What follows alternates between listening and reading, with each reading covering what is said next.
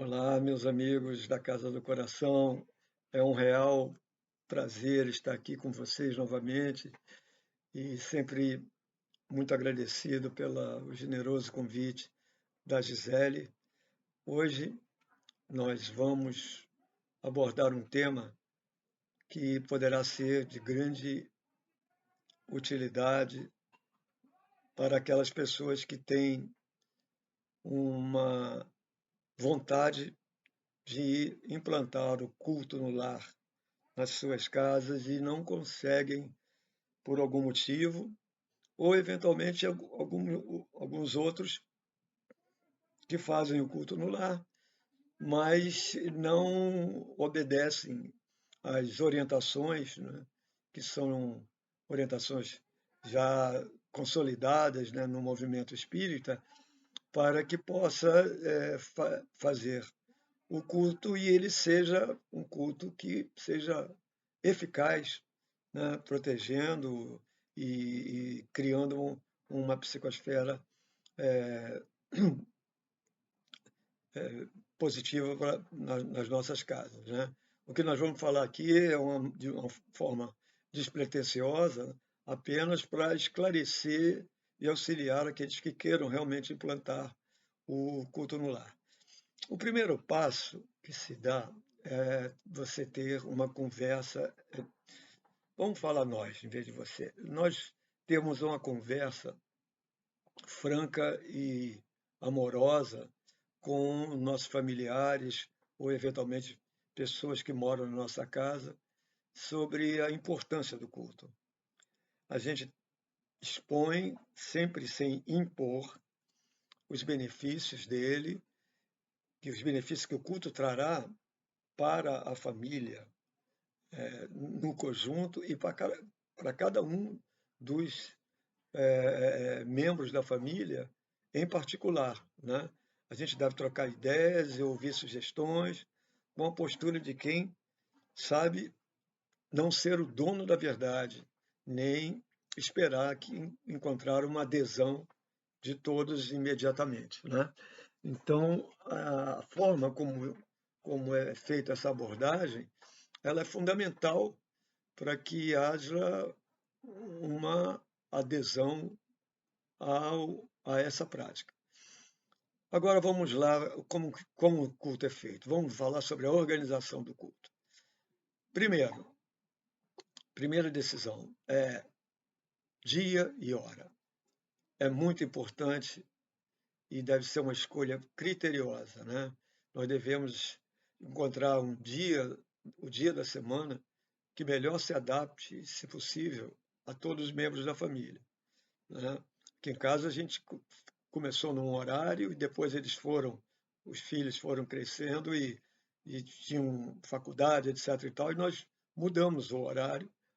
Basta comunicar, eu vou mencionar mais à frente, comunicando na reunião anterior que ter uma alteração de horário. E fomos nos adaptando e conseguimos fazer, e é uma prática que eu devo muito, porque realmente me ajudou aqui a nossa família. Caso os outros moradores da casa não queiram participar, ou até não sejam favoráveis a essa prática, né, a gente pode, eventualmente, como muita gente faz, né, fazer o culto sozinho. Eu fiz anos antes de casar sozinho. Com a sua persistência, os familiares tendem a, no futuro, se juntar, como eu já vi acontecer em algumas casas, né? Então, sabe-se que a pontualidade é o fator mais importante para a consolidação dessa prática. Muita gente me pergunta quando pode ser? Pode ser de manhã, de tarde, de noite. Não tem problema nenhum. O que importa é que o horário seja cumprido. Na verdade, a espiritualidade ela disponibiliza recursos energéticos em nosso benefício no exato período do culto. E existe um departamento na espiritualidade, eles são muito organizados, né, só para atender a essa prática, que é uma prática já consolidada em quem é espírito espiritualista, né? Bem, como nós falamos, em caso de necessidade de alteração do dia e do horário do culto, ou eventuais interrupções por viagens, férias, que seja, a gente avisando na reunião anterior, no final, na prece de encerramento, comunicamos ao plano espiritual que estaríamos fora durante o período tal e retomaremos assim que voltarmos da viagem ou das férias, né? Outra pergunta importante: onde eu posso fazer o culto no lar? Tem que ser na sala? Não pode ser no quarto? Onde é? Então, o local, a orientação pode ser em qualquer cômodo da casa.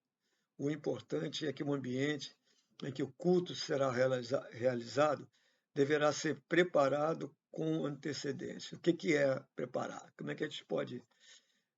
a gente entende preparo como, neste cômodo, evitar ligar televisão, que eventualmente tenha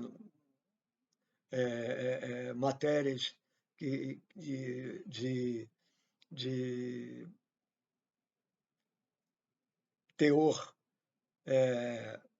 duvidoso, notícias trágicas, enfim, aquilo que a gente sabe, né? Então, nesse cômodo não deve ser ligado no dia, a orientação melhor é que seja isso, e se possível, colocar uma música suave para harmonizar as vibrações e facilitar a ambiência, né? Para as entidades que eventualmente possam estar ali para fazer uma limpeza vibratória na nossa casa, né? Agora vamos para outra questão importante. Quais são os livros que eu devo usar no culto no lar, né? Os livros devem ser escolhidos de acordo com o estágio de conhecimento, principalmente com a faixa etária dos participantes, né? Agora, o Evangelho segundo o Espiritismo é a obra principal, né? Podendo ser um livro de estudo constante, que pode ser associado a outros livros, cuja escolha deve ser criteriosa e adequada aos participantes. É necessário também a escolha de um livro cujas lições sejam breves, para ser utilizado como uma leitura de preparação. Antes da prece de abertura, essa leitura de preparação deve ser lida antes da prece de abertura, né? Então, deve-se evitar, nesse particular, mensagens longas. Por isso, tem que ser algumas obras que se prestam para esse fim, como Fonte Viva, Minutos de Sabedoria, enfim.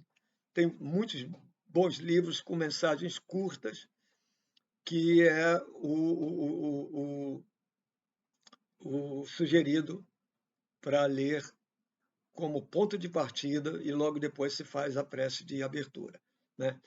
Um outro detalhe é a direção da reunião deverá sofrer revezamento entre todos os participantes com o objetivo de desinibir aqueles mais tímidos, como também permitir maior desenvoltura em caso de ausência esporádica de algum membro.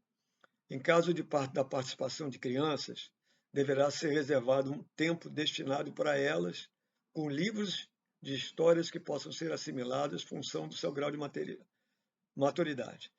Eu comecei com os meus, com 7 anos, culto no lar infantil.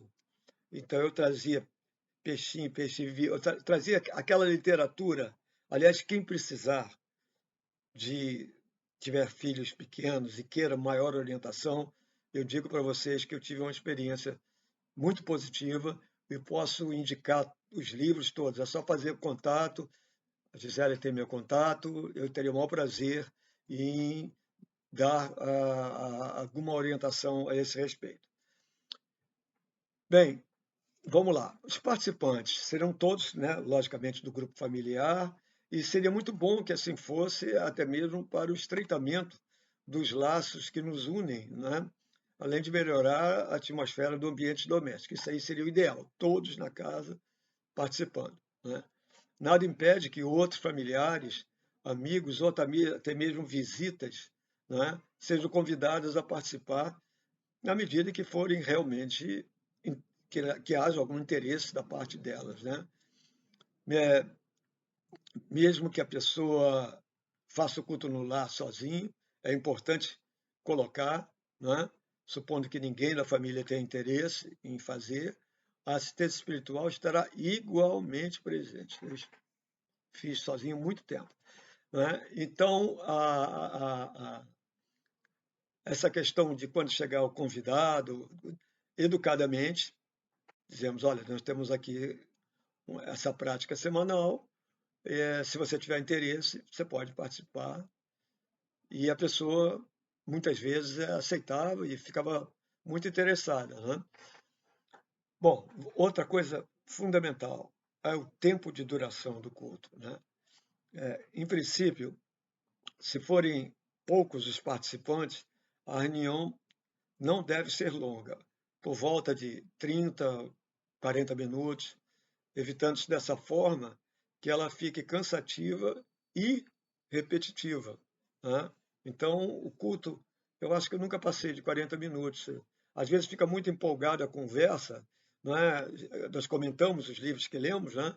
E aí nós dizemos, ó, vamos fazer a prece de encerramento para liberar a equipe espiritual para outros eventos, né? Outros compromissos, e nós continuamos conversando, e muitas vezes continuamos conversando sobre o mesmo tema depois, mas depois de fazer a prece de encerramento, para ter uma certa disciplina na prática, não é?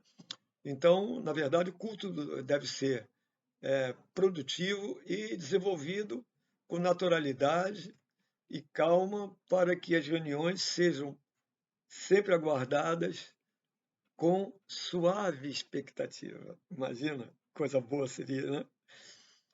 Outro dado importante para nós é a água fluidificada. É um recurso que deve ser observado.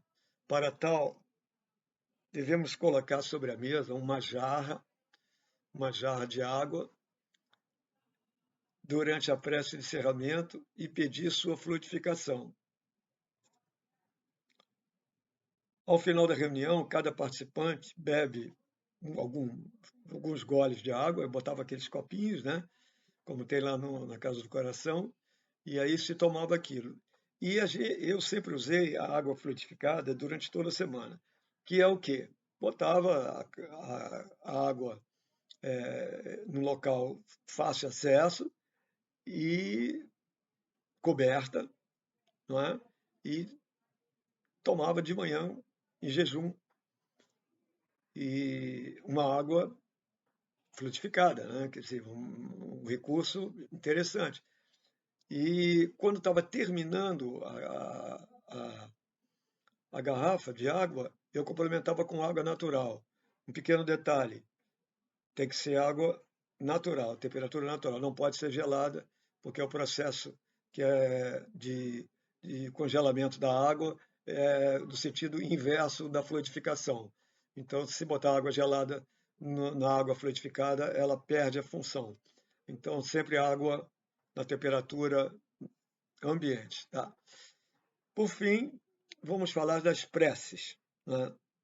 Bom, temos a prece de abertura, né, que deve ser curta. Aliás, nenhuma prece, né, do meu ponto de vista aqui, nenhuma prece coletiva deve ser longa, né? Porque, de modo geral, a prece longa ela interfere na capacidade de atenção e foco de algumas pessoas, dispersando o pensamento, né?